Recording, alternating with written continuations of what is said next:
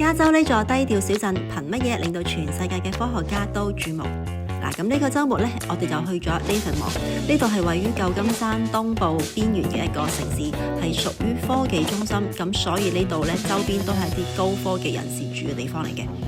唔知道大家有冇聽講過一個叫做 Lawrence 嘅實驗室？咁佢就正係處於 Livermore 呢度嘅。咁呢個實驗室呢，喺科學研究啦、國家安全同埋技術進步等方面呢，都係處於世界嘅領先地位。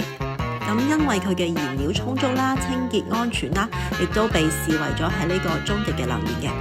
最近呢個實驗室研究嘅核聚變呢，亦都引起咗大家嘅關注嘅。咁簡單嚟講，核聚變呢就係氫原子核喺極端高溫高壓下呢聚合而成為較重嘅原子核，並且釋放出巨大嘅能量嘅過程。例如話接近零成本嘅用電。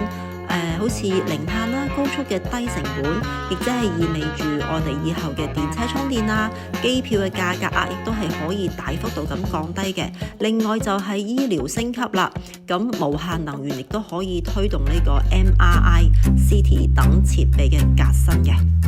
因為燃料充足、清潔安全被視為咗呢個終極嘅能源，咁呢個發明呢係人類歷史上一個非常大嘅突破嚟嘅，將來亦都會為我哋帶嚟生活上好大嘅便利。咁我自己本身呢就好中意呢個城市嘅，因為佢俾我感覺呢好維多利亞。咁呢個城市因為經歷咗復興啦，保留咗好多維多利亞時期嘅建築嘅。咁週末呢度亦都會有一啲農貿市場啊，同埋嚟自各地嘅一啲特色攤位，有新鮮嘅蔬果、水果同埋現場製作嘅美食，仲有一啲街頭嘅表演啊，有非常之濃郁嘅生活氣息。好多人覺得國外好山好水好無聊，我覺得只要你有一顆對生活充滿熱情同好奇嘅心，自然就會發掘到好多有趣嘅事物啦。你哋話係唔係？